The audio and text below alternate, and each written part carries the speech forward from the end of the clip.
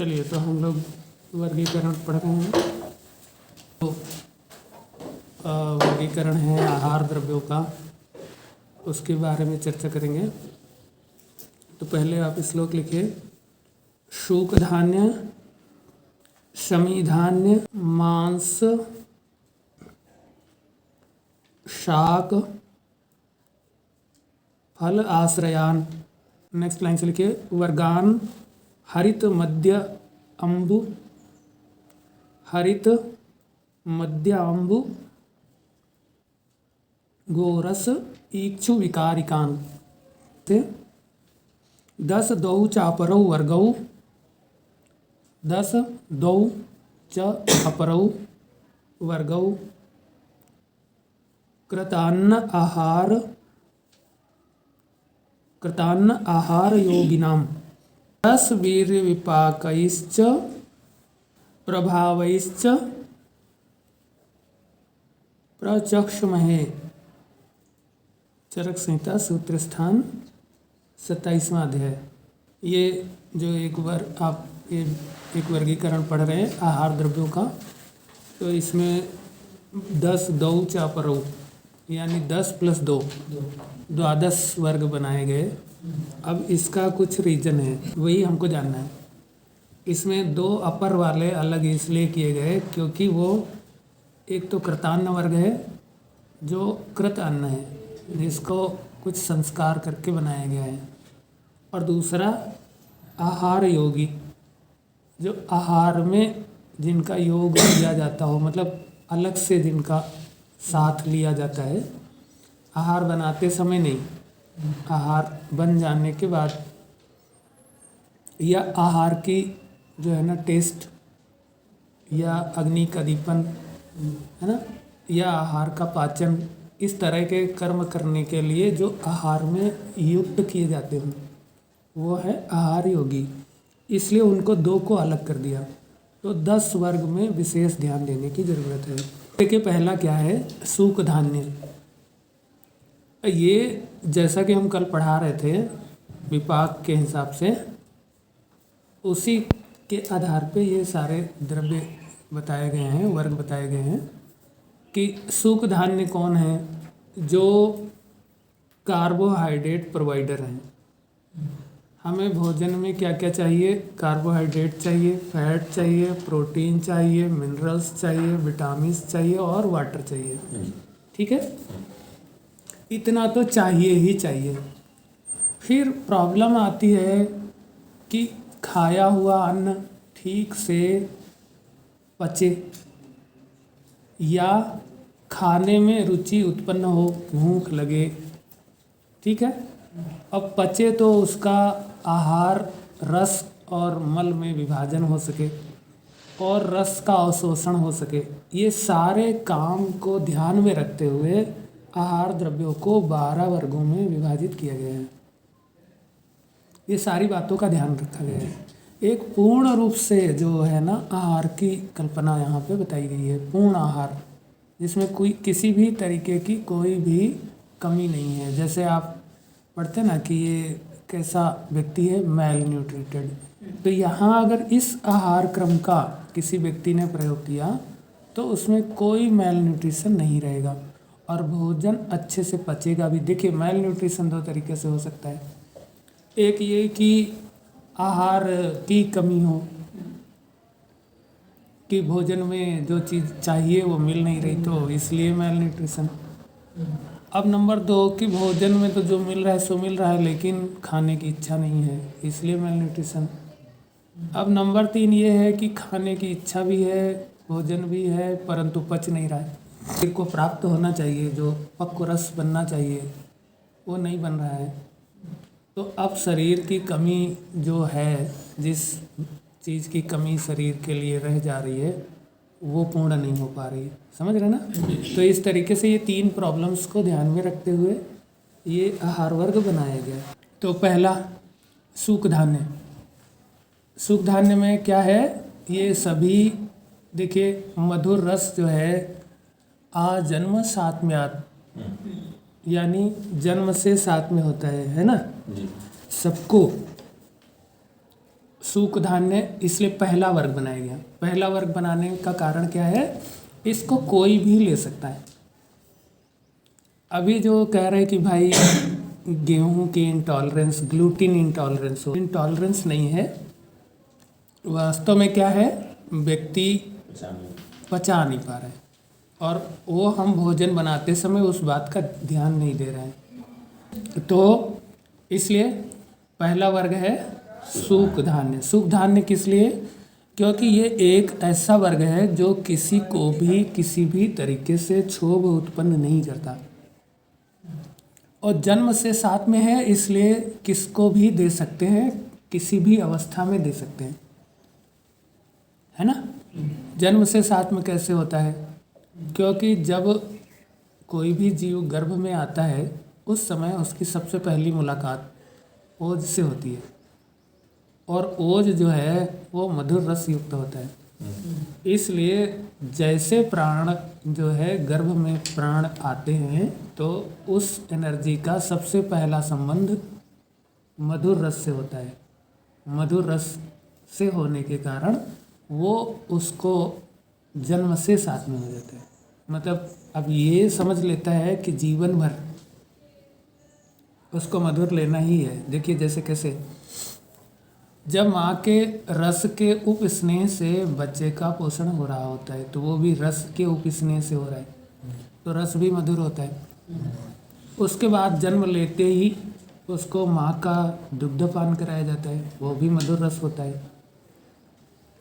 इसलिए और आप देखें कि किसी भी फॉर्म में आप कुछ भी खाएं, उसका अंतिम पाक जो है वो मधुर रस के रूप में ही होने वाला है। आप चाहे लिपिड खाएं चाहे प्रोटीन खाएं, लेकिन आखिरी में वो ब्रेक होगा जब उसको माइटोकॉन्ड्रियल पाचन में जाना रहेगा, तो उसे एसिटाइल को एंजाइम ए के फॉर्म में चेंज होना ही पड़ेगा, तभी वो माइटोकॉन्ड्रिया में इंटर कर सकता है, नहीं तो नहीं। तो वो क्या है, ग्लूकोज के द्वारा बनता है। इसीलिए कुछ भी खाने के बाद में अंतिम परिणाम मधुर रस ही है। अंतिम सबस्ट्रेट जो है वो मधुर रस वाला है। इसलिए आदि से लेके अंत तक मधुर रस। और देखिए जब माइटोकॉन्ड्रिया में पाचन होता है तो वो जो भी कार्बोहाइड्रेट बचता है तो वो कार्बन डाइऑक्साइड और H2O में कन्वर्ट होता है, और यही कार्बन डाइऑक्साइड और H2O आगे चल के फिर कार्बोहाइड्रेट बनाते हैं पेड़ों के द्वारा। पेड़ क्या करता है, कार्बन डाइऑक्साइड को ले लेता है क्लोरोफिल की प्रेजेंस में, है ना, और लाइट की प्रेजेंस में, सनलाइट में, वाटर के संयोग से फिर से कार्बोहाइड्रेट बना देते हैं। तो अब कार्बोहाइड्रेट से ही शुरू होता है और कार्बोहाइड्रेट पे ही अंत करता है। इसीलिए जन्म साथ में है ये पूरा। इसलिए आचार्यों ने पहला वर्ग कौन सा बनाया, क्योंकि ये पहला है, अब इसके पहले कुछ नहीं है। सबको मधुर रस लेना ही पड़ेगा। ये आप लोग जैसे एक बड़ी भ्रांति में रहते हो, किसी को डायबिटीज हो गई तो आप क्या करते हो, मीठा खाना बंद, बस वहीं से गड़बड़ शुरू। देखो डायबिटीज वाले को ओज क्षय हो रहा होता है। डायबिटीज जो है मधुमेह है, मधु ही शरीर का ओज है। शरीर रूपी पुष्प का ओज क्या है, मधु है। तो आचार्य उसको ओजोमेह ना कह करके मधुमेह कह रहे हैं, ठीक है, और एक्चुअली ओजोमेह, ठीक है, समझ में आया। और सबसे ज़्यादा ओजस्वी होता है मधुर रस। मधुर रस ही ओज बनाता है, क्योंकि वह सर्वदा सर्वभावानाम सामान्यम वृद्धि कारणम। आप देखिए बालक बड़ा ओजस्वी दिखता है कि बूढ़ा आदमी ओजस्वी दिखता है, बालक क्यों, ओजस्वी, क्योंकि वो कफज अवस्था में है, मधुर चीज़ें सेवन करता है, मधुर वातावरण में रहता है। देखिए बालक के लिए तो हरदम वातावरण मधुर ही रहता है, उसके आसपास जितने भी लोग होते हैं सब उसको प्रसन्न रखने का ही कार्य करते हैं कि नहीं। इसी वजह से बालक में ओज ज़्यादा होता है। और इसी वजह से जो है वो उसमें वृद्धि होती है, ओज बन रहा है तो। ठीक है जी। तो अब क्या समझ में आया कि मधुर रस परम ओज कारक है, उसका मधुर व्यवहार, मधुर आहार, है ना, यही सब होता है, इसलिए उसमें ओज बनता है। तो अब आपने वो मधुर आहार को बंद करा दिया डायबिटीज में। और आचार्य क्या लिख रहे हैं? आस्या सुखम स्वप्न सुखम दधीनी। कहाँ मीठा लिखा? लास्ट में लिखा गुड़ वही कृतम च, अंत में लिखा। अब तुम सबसे पहला काम क्या करते हो? अंत वाले को बंद करा रहे हो, जो सबसे लेस पावरफुल फैक्टर है। लेस पावर को पहले बंद कर रहे हो, और जो मोस्ट पावरफुल फैक्टर है आस्या सुखम, बैठे रहना, आलसी जीवन, कुछ नहीं करना, उसको तो तुमने रिमूव ही नहीं किया। फिर स्वप्न सुखम, कभी भी सो जाए या अपनी इच्छानुसार सोए। देखो कभी भी सो जाए एक अलग है, वो भी यही बात है, और अपनी इच्छानुसार सोए तो वो भी यही बात है। अपनी इच्छानुसार जब मन करे 9 बजे सो के उठे, खा के सोए, वगैरह वगैरह। तो स्वप्न सुख, देखिए वहाँ उसको स्वप्न सुख है। अब ये चीज तो आप वर्जित नहीं कर रहे हो। जो महान फैक्टर है मधुमेह पैदा करने का या प्रमेह पैदा करने का, उस पे नज़र ही नहीं है। सबसे लास्ट वाले पे पहली नज़र जा रही है। ये हमारे चिकित्सकों की, हमें लगता है अल्प ज्ञान के कारण ऐसा हो रहा है।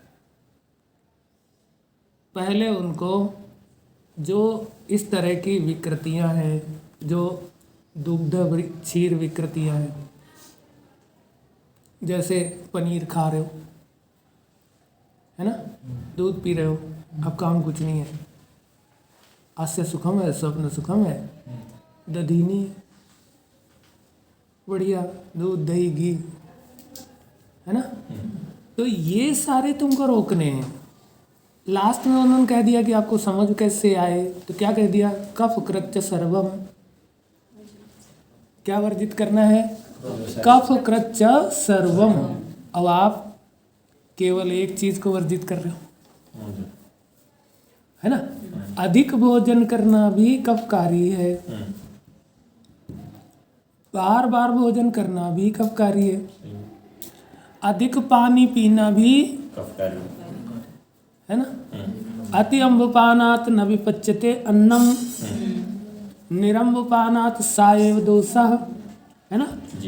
तस्माद् वन्य विवर्धनाय मुहुर्मुहुर् वारी पिबेत अभूरि।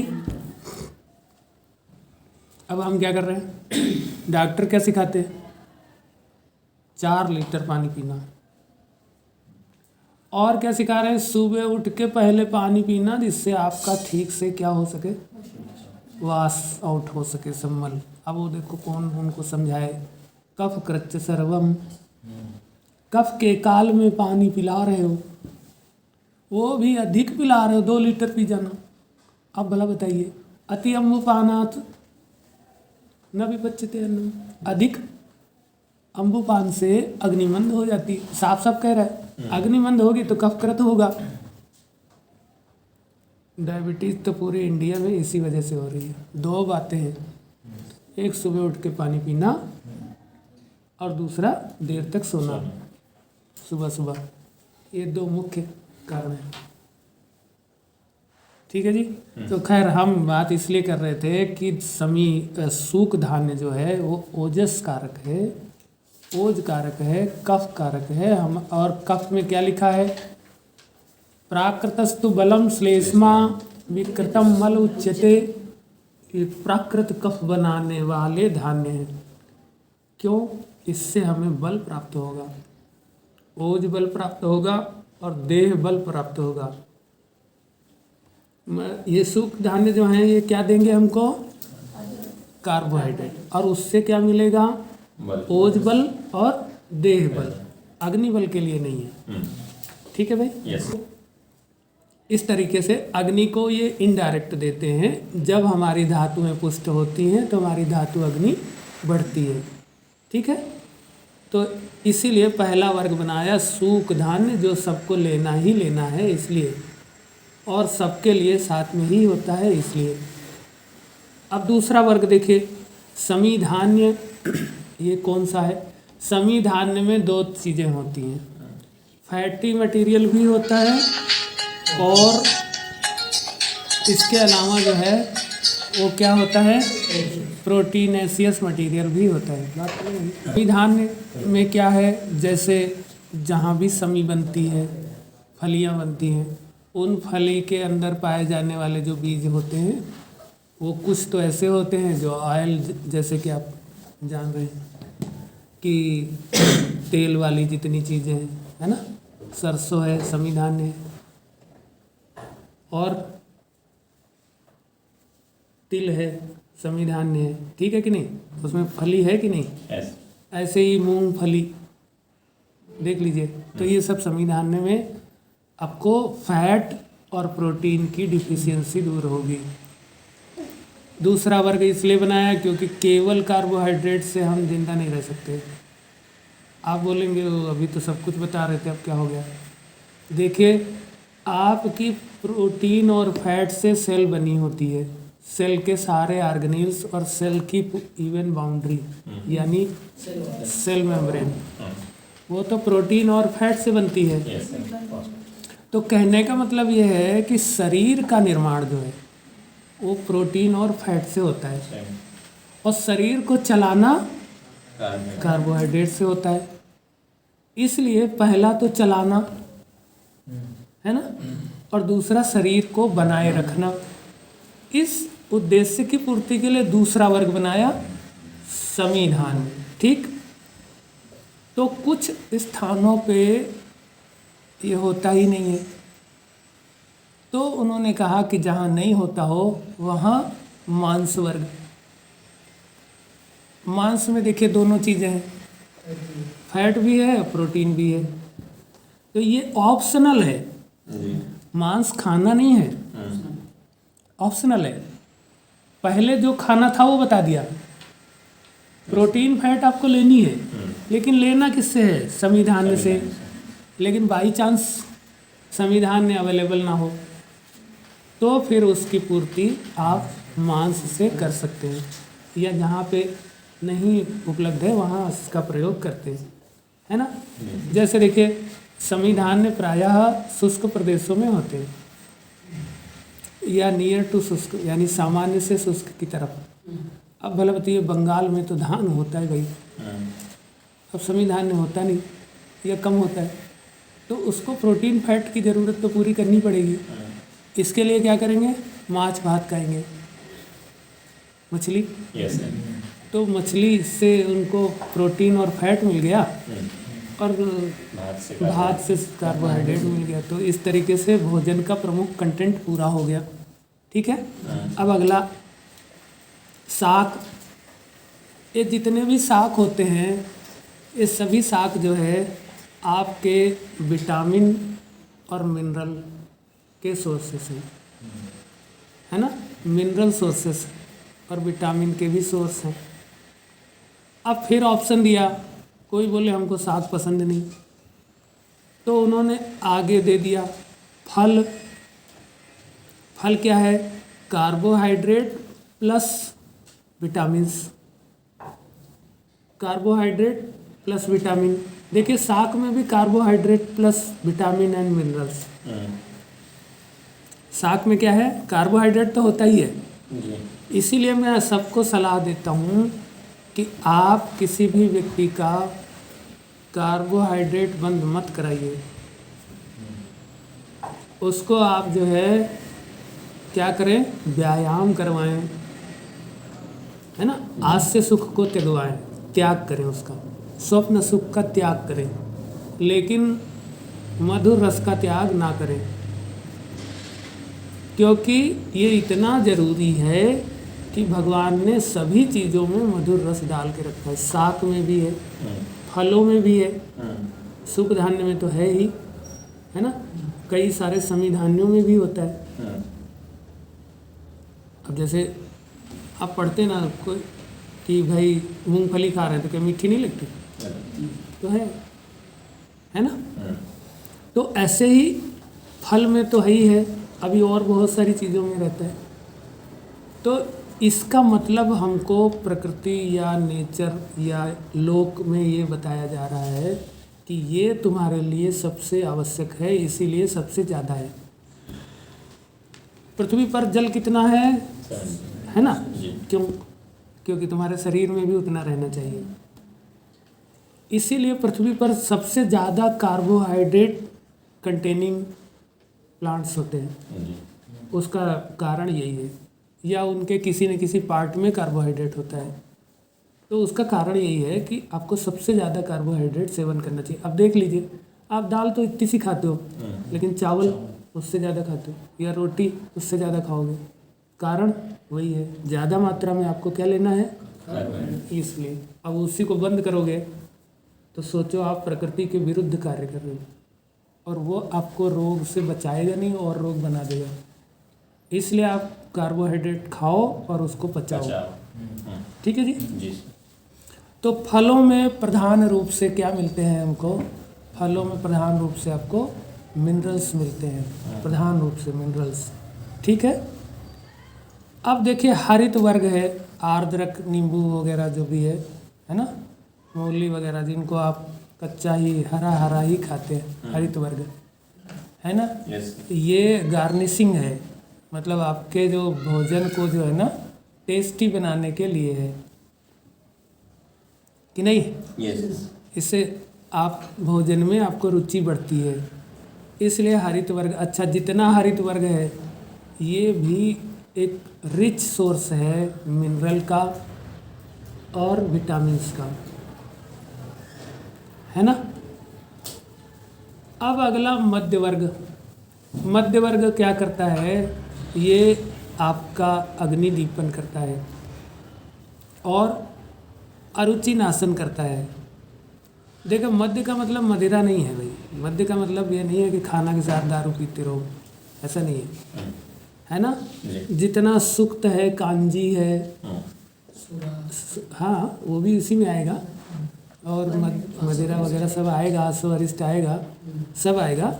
लेकिन आप नॉर्मली खाते समय उसको नहीं लेते हो। खाते समय आप क्या लेते हो?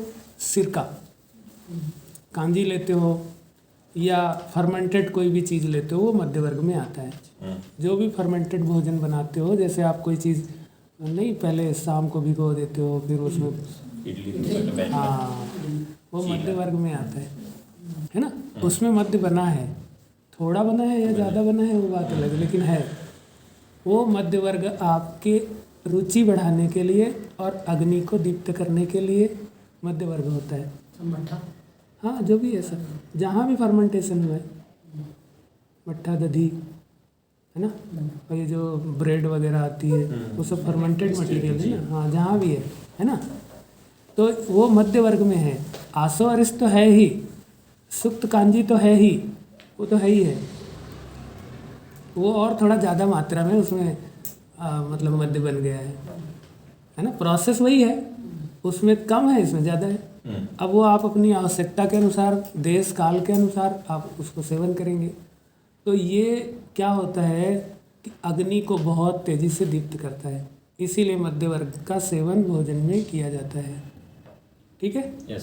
अच्छा घी दारू अगर लेंगे, मतलब मध्य कोई सभी ऐसा सिरका वगैरह भी, तो धीरे धीरे आप में लीवर का जो मेटाबॉलिज्म है वो बहुत तेज़ी से बढ़ता है, और उसकी वजह से आपको भूख बढ़ जाएगी और अन्न का जो मात्रा है वो बढ़ जाएगी, वो पचेगा, और फिर आपके शरीर में धातुवर्धन निश्चित होगा।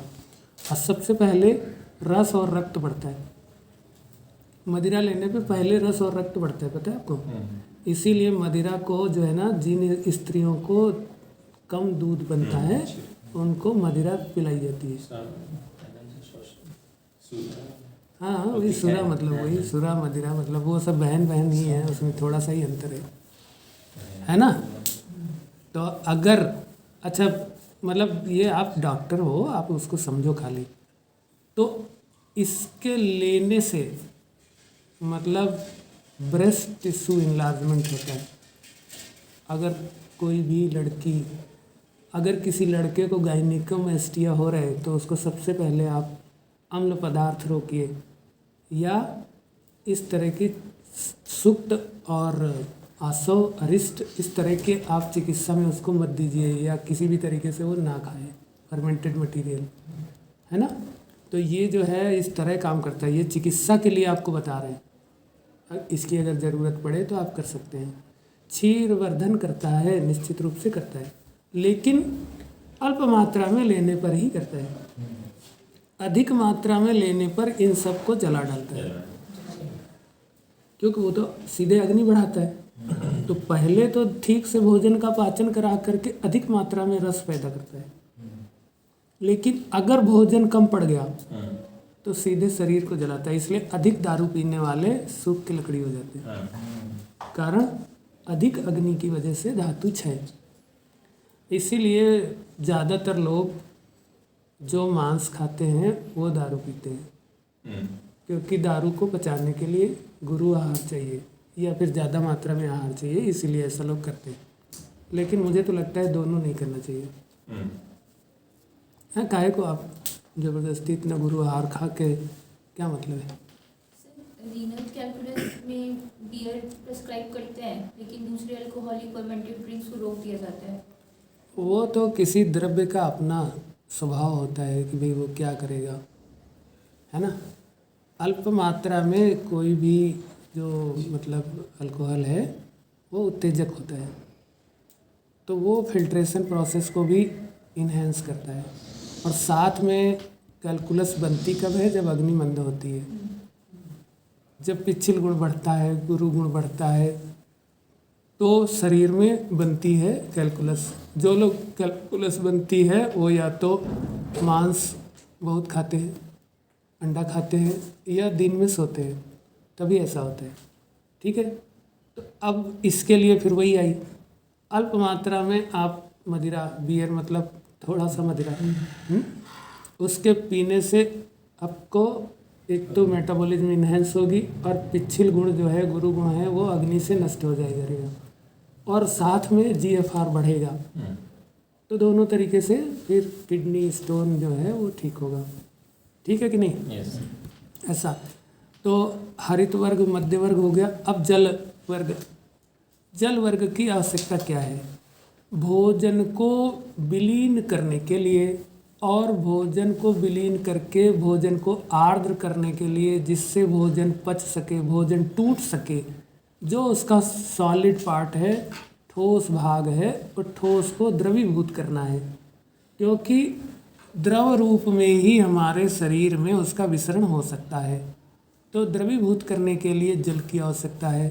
और दूसरा, जब तक जल नहीं होगा तब तक खाए हुए अन्न का विलोडन नहीं होगा, घुलेगा नहीं, है ना, विलयन नहीं होगा। विलयन नहीं होगा तो वो हमारे शरीर में विलीन नहीं होगा, है। Yes. शरीर में जाके घुल जाए तब तो शरीर उसको ले पाएगा। Yes, इसलिए तो जल जो है, एक तो अन्न को शिथिल करता है ना, ठोस को द्रवीभूत करता है, दूसरा घोलने का काम करता है, तीसरा विसरण और परासरण का कार्य करता है। तो बिना जल के एब्जॉर्प्शन नहीं होगा, इसलिए जल चाहिए होता है। ठीक है, तो जल की वो आवश्यकता है। और अग्नि को सम्यक बनाए रखने के लिए जल चाहिए होता है, क्योंकि यदि जल कम हो जाए तो अग्नि तीक्ष्ण हो जाएगी, यदि जल अधिक हो जाए तो अग्नि मंद हो जाएगी।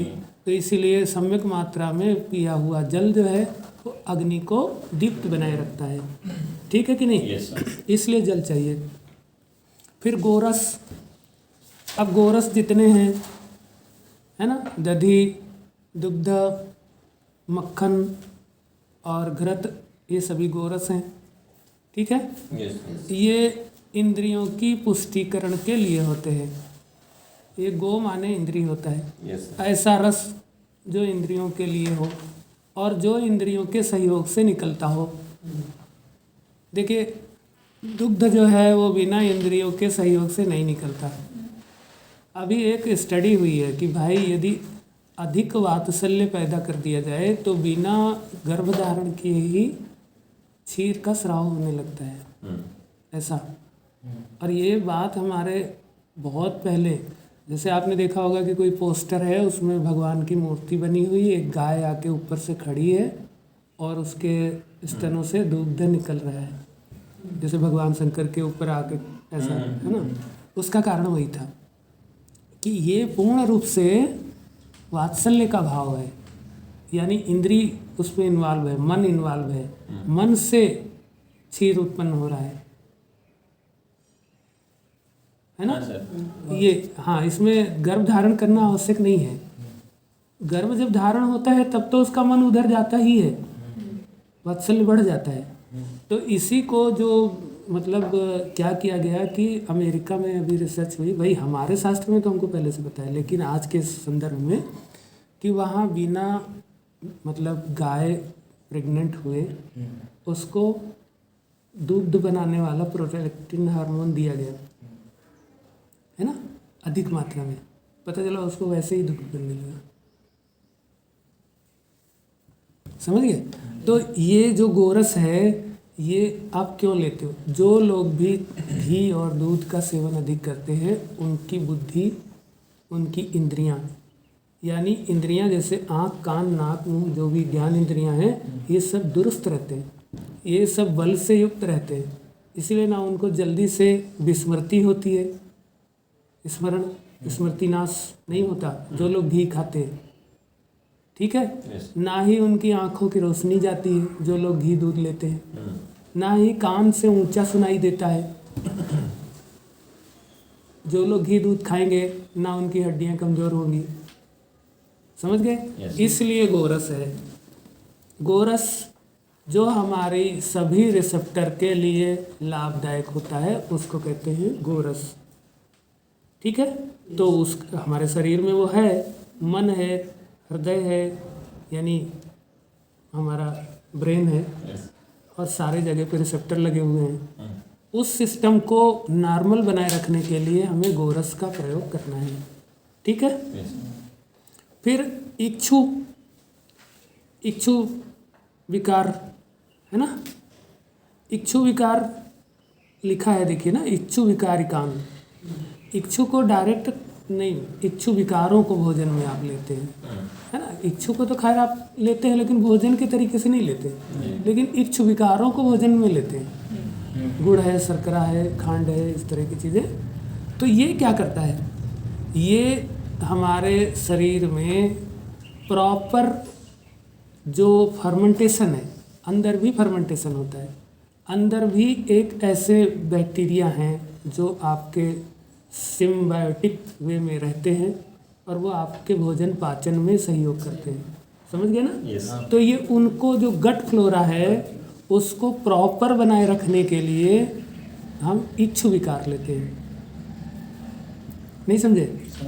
हमारे गट में हमारे लिए पॉजिटिव बैक्टीरिया हैं जो हमारे भोजन पाचन में और विटामिन बी कॉम्प्लेक्स के बनाने में और उसके एब्जॉर्प्शन में हितकारी होते हैं।